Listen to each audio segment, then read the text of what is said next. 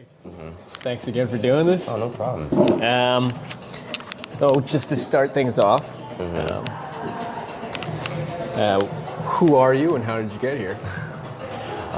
My name is Vinnie Machado, and how did I get here? Would you mean this particular hostel, this city?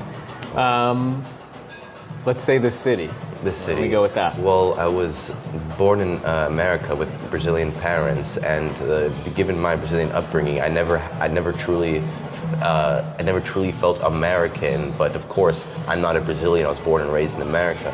I've always been in this crossroads between identity, and so to me, I know that before Brazil, my ancestors came from Italy, Spain, and Portugal, and I just embarked on this trip to strengthen this cultural identity, to see where it is that I come from.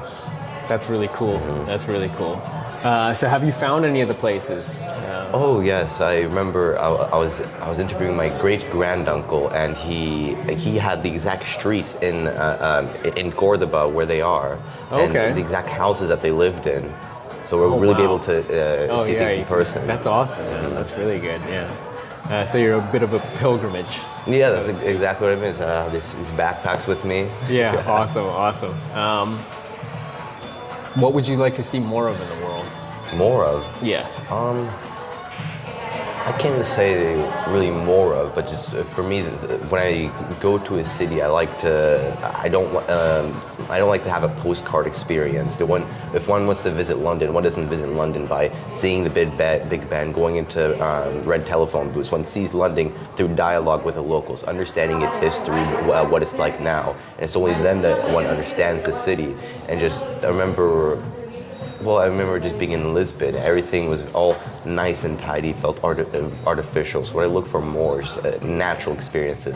Well, here in Malaga, at least from what I saw, there's a very minimal tourists compared to Madrid or Barcelona. So is that right? Yeah. So it's a lot easier to get the Spanish experience here. Okay, good to know. Yeah, because I have yet to be to some of those bigger cities, so it's good to know that.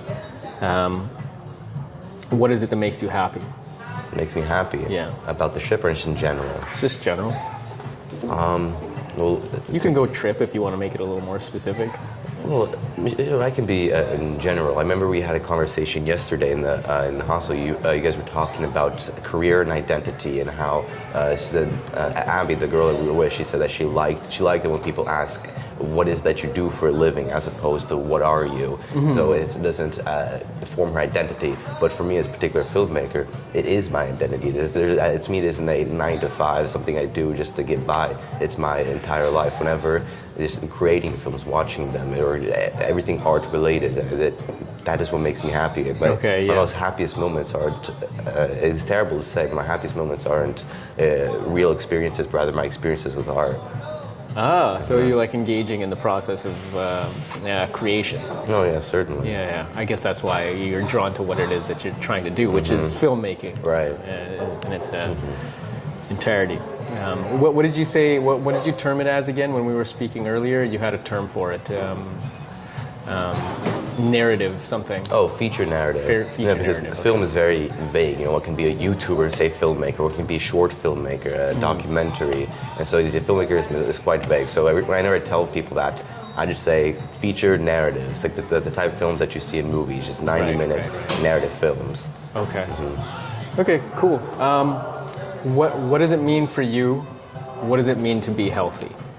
To me, what does it mean to be healthy? Yeah. Well, to me, healthy isn't necessarily a matter of the state of the body, such as brushing your teeth, making sure you're eating right. But being healthy really is something completely mental to me. To me,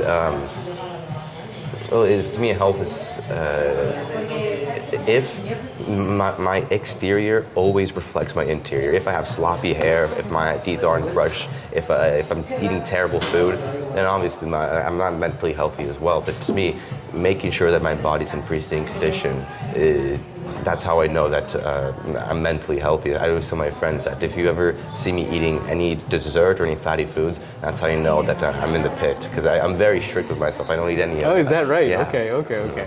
Yeah, I agree. There's a reflection of inner world and outer world, yeah, right? Certainly. So if you're chaotic in your outer world, then chances are that there's something mentally that's askew, or just something going astray, or something mentally not all there, right? So it's good that you hold yourself to that standard for sure. But I think, again, going to such an extreme in that direction can lead to like neuroticism in its own. You think right, so? Right? I believe, yeah, there's a balancing act, right? There's extremes that we can go to in either side. But it's constant, right? It's from day to day. But as long as you're able to strike that balance daily, then yeah. Well, for me, the problem is that when I first embarked on this endeavor, I remember I was around 15. I was eating so much processed food, so much junk. When I was 16, I devoted myself to cut everything out. And I realized that You found it early, yeah. found And it early. to tell everybody, he's only 19, so he's early in the process of life. well, when I was But it's very impressive how mature you are in your think so? demeanor. Yes. Oh, yeah. thank you. Well, when I was 16, when I embarked on this endeavor, I really, I said, all right, I'll have one cheat meal a week. But when I realized if I had a cheat meal on Saturday, I'll say, I had it today, let me have it again. So me, you can see it in addicts. It only starts with the first cigarette. It only starts with the first or whatever drug. Yeah, I'm To me, familiar with this. It's me, whenever I let myself slip just once, it just landslides. So of course, you're talking about balance, but for me, just completely cutting it out is my balance. I don't think I can have any cheat Well, meals. you're just starting to explore alcohol at the moment, and it Certainly. sounds like you're enjoying yourself, which is the time of your life to be doing such exploration. So I'm happy that you're happy exploring it. But it is a slippery slope, just certainly. like with Food and food and everything. So be careful with that. Lastly, there's a couple other questions, but we'll skip to the last one. If you can get a message out to everybody on planet Earth, what would you tell them? If I can what? Get a message out to everybody on planet Earth, what would you tell them?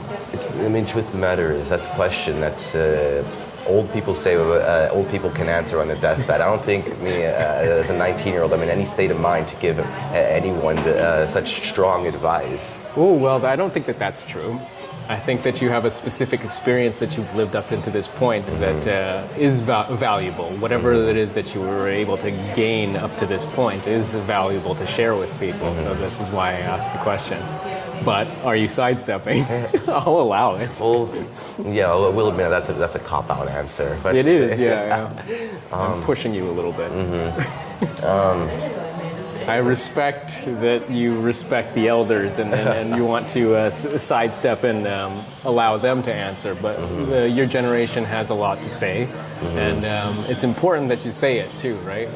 And we don't just take one person or one generation's opinion, otherwise we don't take responsibility for our experience here. Oh, certainly. Well, the truth of the matter is, I don't really see myself as an emblem of my generation. I don't think I can give, I don't know what the interior world is of other people. I don't know what it is people need to hear to say. I mean, I know from my experience. I mean, I think a lot easier question for me to answer is, what would you tell yourself 5 years earlier, something like that. Okay, if you want to pivot it that way, sure, let's go. I mean, I wouldn't know, because I'm constantly reinventing myself every couple of months. You're a young man, so good time to do it. If I can, I'd probably, one thing I learned in the past year or so is I take myself far too seriously.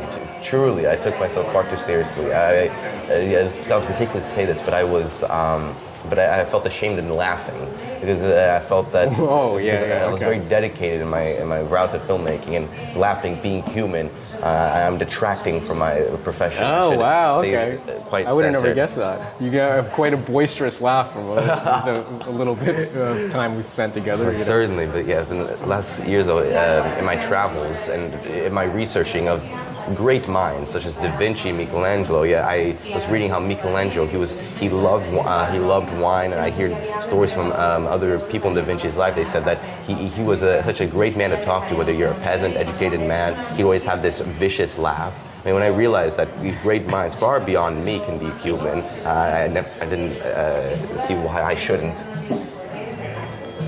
Okay, fair enough. I don't even know where the hell we went with that, but Should, let's say, laugh more? All right. Yeah, certainly. Okay, awesome. Thanks, Vinnie. No Appreciate you problem. doing this. I think this might be the longest one that I've done, but appreciate you taking the time. That was kind of short. Oh yeah. They're meant to be short. People's attention spans are. Yeah, certainly.